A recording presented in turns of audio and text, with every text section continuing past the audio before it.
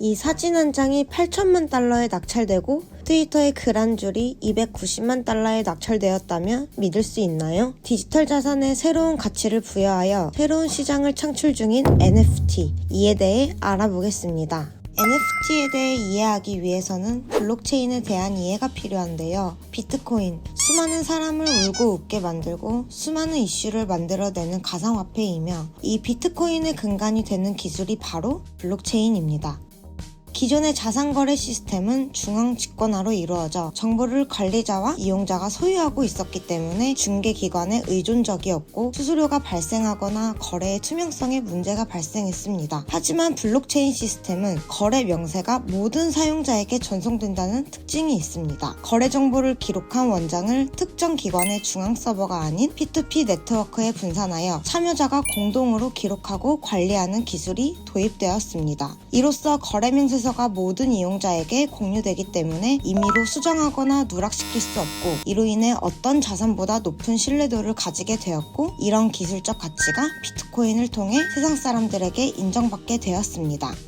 NFT Non-Fungible Token, 즉 대체 불가능 토큰이란 이러한 블록체인 기술을 활용해 만들어진 토큰입니다. 앞서 설명한 블록체인 기술을 사용하여 고유한 인식값을 가진 토큰을 디지털 자산에 부여하는 방식입니다. 인식값을 부여했다는 정보가 모든 이용자에게 공유되므로 수정이나 위조가 불가능하게 되는 거죠. 기존의 디지털 자산은 무제한으로 복제가 가능하여 유일성이 보장되지 못했지만 복사가 불가능한 토큰을 부여함으로 세상에 단 하나밖에 존재하지 않는 디지털 자산을 만들 수 있게 된 것입니다. 즉, 디지털 자산에 존재하지 않던 희소성과 유일성이 블록체인으로 인해 생긴 것이죠. 유명 미술품인 모나리자의 진품 추정 가치는 약 40조 원이라고 합니다. 당장 인터넷으로 검색해서 쉽게 볼 수 있고 기술의 발전으로 복제품도 쉽게 만들 수 있는데 어째서 이렇게 높은 가치를 가지고 있을까요? 바로 진품이 가지고 있는 유일성, 희소성으로 인해 높은 가치가 매겨진 것입니다. 지금까지 디지털 자산은 실제 미술품과 다르게 진품이라는 개념이 존재하지 않지만 작품의 제작자가 직접 NFT 토큰을 부여함으로 유일한 진품이라는 인정이 가능하게 됩니다. 유명 예술가의 작품을 사고팔던 행위가 이제는 디지털 매체에서도 이루어질 수 있게 되었답니다. 지금 보시는 영상은 유명 농구 선수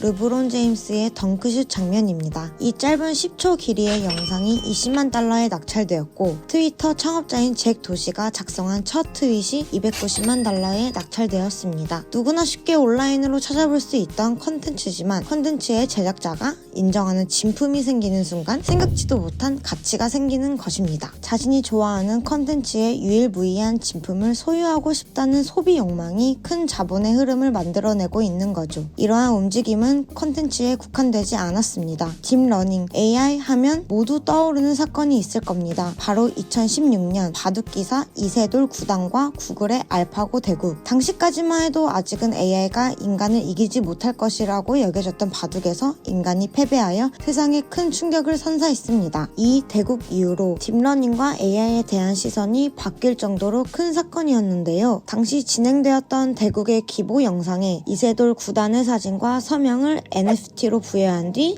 이를 경매에 붙여졌고 이 영상은 하나 약 2억 5천만 원에 낙찰되었습니다. 예술품이나 디지털 콘텐츠만 경매되는 것이 아니라 의미 있는 역사적 사건 또한 하나의 자산이 되어 거래와 소유를 할 수 있는 세상이 온 것입니다. 그러면 현재 NFT 시장의 동향은 어떨까요? 디지털 자산의 새로운 혁신을 가져온 NFT 시장은 가파르게 성장 중입니다. 2018년에는 거래 규모가 4천만 달러에 불과했지만 지난해 2020년에는 3억 4천만 달러로 8.5배로 가파른 성장이 진행 중입니다.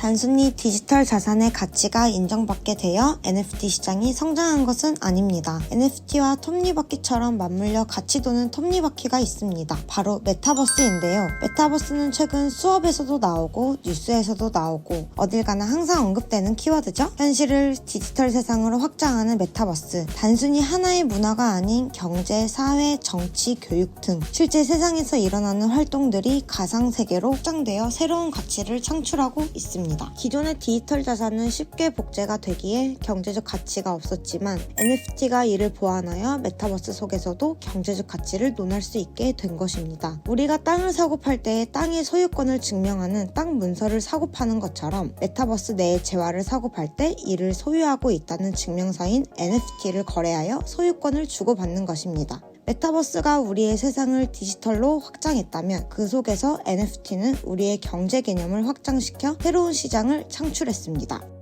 하지만 NFT 역시 완벽한 수단은 아닙니다. 현재 NFT의 거래는 비트코인, 이더리움과 같은 가상화폐를 이용하여 거래되고 있습니다. 이런 가상화폐는 높은 변동성을 가지고 있어서 안정적인 시장 형성을 저해합니다. 플랫폼의 문제도 있습니다. NFT를 통해 구매한 콘텐츠는 속해 있는 콘텐츠에서만 사용할 수 있기 때문에 유동성이 떨어진다는 단점이 있습니다. 만약 플랫폼 간 연계하여 디지털 자산의 유동성을 확보한다면 더욱 안정적인 가치를 가지게 될 것입니다.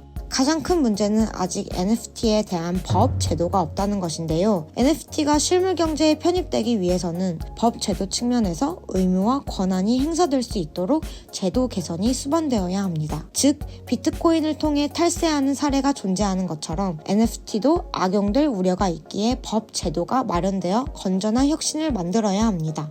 이렇게 미래의 새로운 금융수단이 될 수 있는 NFT를 살펴보았습니다. 빠르게 변화하는 시대에 발맞추어 실시간으로 시장을 반영하고 투명성이 보장된 NFT. 앞으로의 미래가 기대되는데요. 여러분이 자산이라고 생각하지 못했던 SNS 게시물, 사진, 영상 등의 디지털 콘텐츠에 경제적 가치를 부여하여 자산화시켜주는 NFT. 혁신이라고 생각하지 않나요? 이상 내레이션 신남주였습니다.